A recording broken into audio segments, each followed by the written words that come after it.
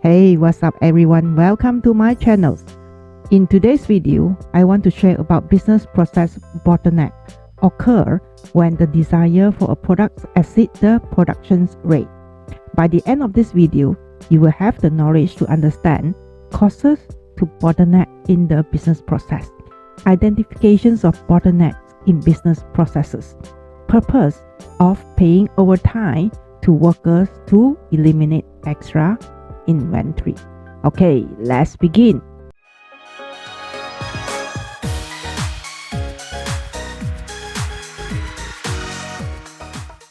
Business process bottleneck appear as demand outspaces supply due to limited production capacity for any numbers of reasons. Learn how to manage bottlenecks through balancing overproductions and increasing process capacity. Most of us chew a piece gum now and then. Do you ever think about how it was produced? Well, chewing gum is created on a production line. It's melted, mixed, rolled, scored, conditioned, wrapped, and packaged. What if scoring takes longer than the processes that come before it? Well, it's much like the narrow top of a wine bottle. This is called a bottleneck. Business process bottlenecks occur when demand outweighs production capacity. Bottlenecks exist at the place where the process is slow due to an impairment. This could be from out-of-date equipment, inefficient labor, or scarce resources. Maximum capacity is limited to capacity of the bottleneck. To find and eliminate a bottleneck, we use process analysis.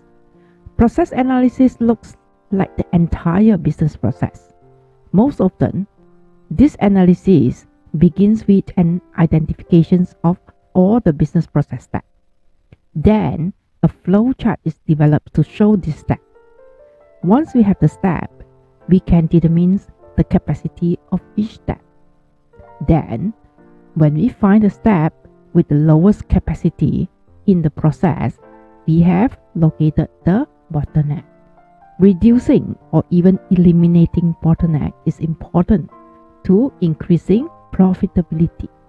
Boosting efficiency of the business process will improve productivity and expand profitability. After identifying a bottleneck, we can find ways to effectively manage it. Two pivotal ways of doing this are balancing overproduction and increasing process capacity. Overproductions occur when production is maximized at every step of a business process, and a business exists at one of the steps.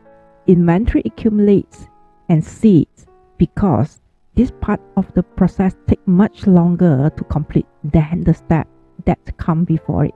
Let's look at our chewing gum process. If melting, mixing, and rolling are maximized at 5,000 pieces per minute, scoring will need to match this for the process to be efficient. However, if scoring can only complete 4,000 pieces per minute, inventory will continue to mass at this step. Because of overproduction, inventory can sit around and become old. It can pile up and be a hazard, or the overproduction can be addressed in one of two ways. The first way is to address overproduction is to slow down the faster processes to match the capacity of the bottleneck. The second way is to correct the bottleneck, which is usually cost or time prohibitive. Managing bottleneck, increased process capacity can be an effective option.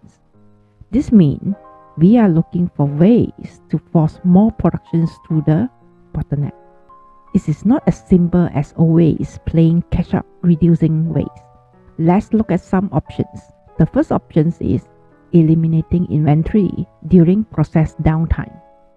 For example, assigning scoring duties during holidays, weekends, and off shifts can help reduce the backlog that accumulated from our chewing gum process. These may involve paying overtime or hiring part-time workers. A second option is placing quality control checks prior to the bottleneck, making sure that bottleneck isn't working on adequate goods can eliminate the stress to the bottleneck. If our chewing gum isn't mixed correctly, then removing the products from the business process should be done before the bottleneck so that faulty products are not tying down the process at the bottleneck. And the third option is subcontracting out some of the inventory from the bottleneck operations.